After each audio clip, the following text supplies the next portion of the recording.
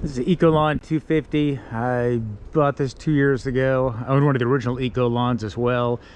Both are really good machines. They can make you a lot of money if you know how to run your operation efficiently with the right truck, right trailer. You know, in our case, we use a 20-foot dump trailer, 4-foot sides, electric over hydraulic brakes. You do not want to use the regular electric brakes these come with, because when you're carrying heavy loads, they're not so good. You definitely need a dually if you're going to pull a trailer like this. And I even run 19.5-inch wheels on this thing. They're 120 psi rated tires. So we just run at 80, but these tires you can punish the hell out of, and you never have any, tire issues. But back to the Ecolawn. Once again, Ecolawn's a really good company.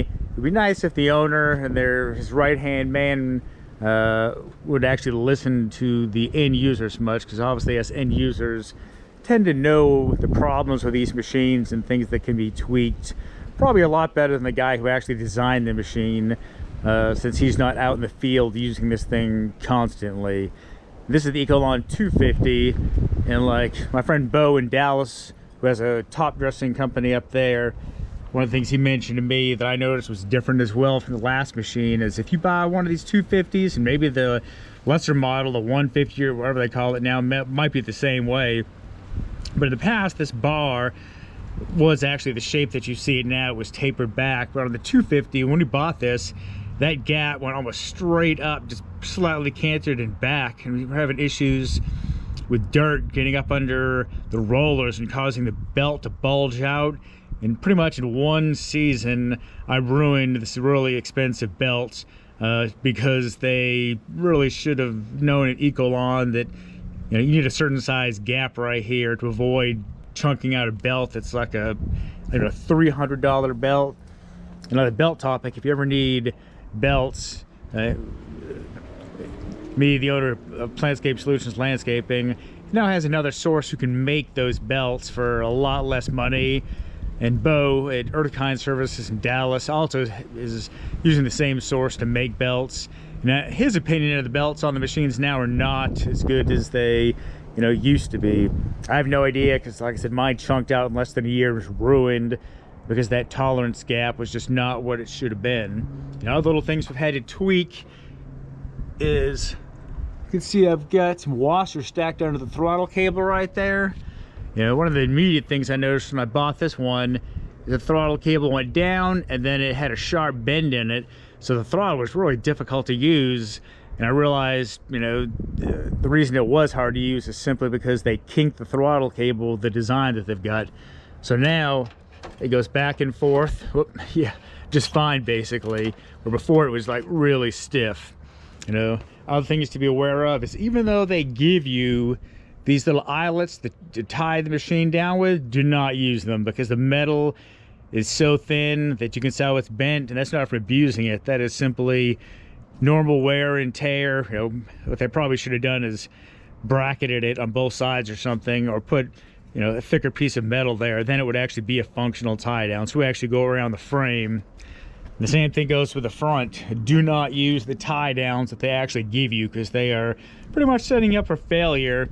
Because the problem we had with this front bracket, the old machines had one spinner on the front to throw compost, and the new ones have two. And I'm not sure if we're going to be able to see it that well, but the problem we had with these is the brackets come back and they're going to the bottom of the frame, and that is, you can see the frame right here. So basically it's supported from the bottom. The strength in this frame is actually in the vertical section, not in the bottom. So what they did is they bolted to the very bottom, and I think we've got it bolted. Let's look in here. Yeah, pretty much the entire weight is on the bottom of this thing. So the problem we had with the spinners is it was actually causing the front of the machine to sag down. Now at Ecolawn, they told me that my circumstances were rare and they had never seen that before. We actually have a place in Austin that rents these machines, and they had, I think, 4 in stock that were all rentals. And I went and looked at their machines. Every single machine they had, the front is sagging down.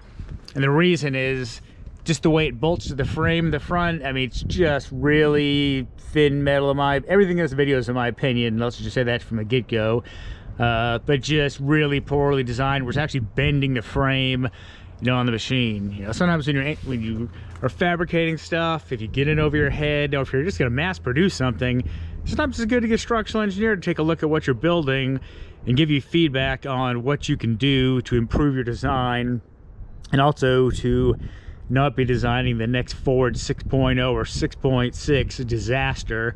But if you had an engineer on board, you know, maybe that issue could have been resolved.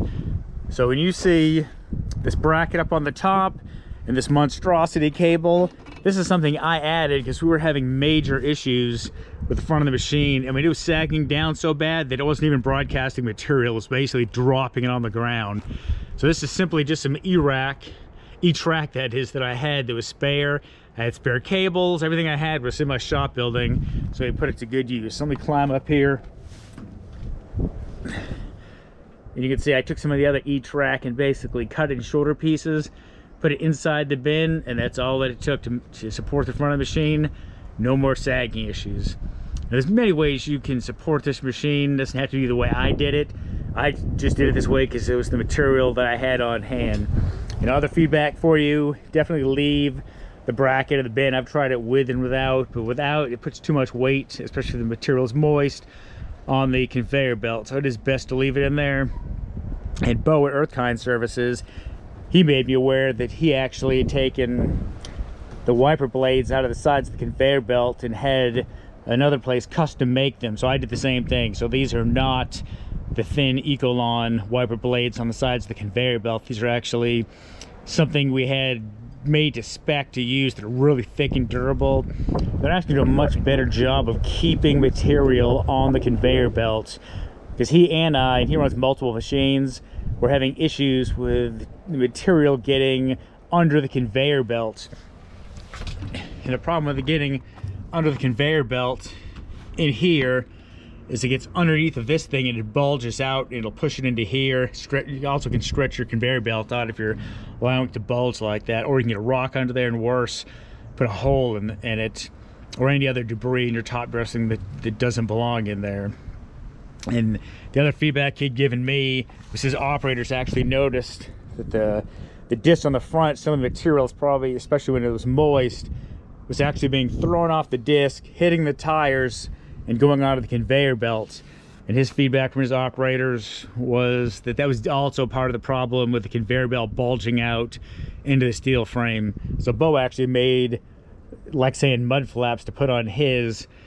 Me, I always take a different approach to things, and I basically rigged up this entire flap to enclose the sides of the conveyor belt. Then it was the first day of this season using this machine with the flaps on the side. It was perfect. Nothing got into that conveyor belt. No bulging belts. It was absolutely perfect. I'm trying to think if there's anything else you need to be aware of with these machines. You know, some other minor tweaks that I did, putting some washers underneath some of the linkages, so when I use the handles, real nice tight tolerances and less of the rods flopping back and forth. That's a minor issue. You know, the major issues are definitely throttle cable, flaps on the sides, and you absolutely, before you even use this machine, have got to rig up yourself some support on the front. They actually sent me an extra bracket for the front, which I appreciate, but putting an extra bracket on that's just as faulty as the first bracket really would have made no difference whatsoever. You know, the other mod that I made, this is actually part of a dirt bike handlebar that I cut off because we noticed we were having issues with the door and the hopper bin. Was really difficult to operate. Now, originally I had a really short lever. Well, you can see it ends right there. So I drilled it out, bolted on what was the end of a dirt bike handlebar to make it easier to operate. One of the things that Bo had mentioned, and I think he was definitely right, is another issue, I think when they were assembling these, is these slides for the hopper door. They actually over tighten the bolts too much. So it's actually pinching the slide door going up and down. So I've loosened that a little bit, and that actually did make it a little bit better. But making that lever longer to engage the hopper door also, you know, made a big difference. And that's about it. You know, I definitely like the Ecolawn 250. I just wish the owner would, you know, listen to his end users a little bit more. Because like I said, when I talked to him about the front disc issue, and this is like a $7,500 machine, you know, he pretty much denied that they had any issues with the brackets on the front.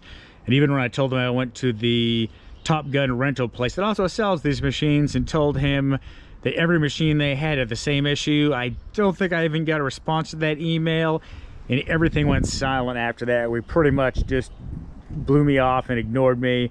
And Bo Earthkind Services kind of mentioned me the same thing, where he also was kind of mentioned some issues and gotten blown off.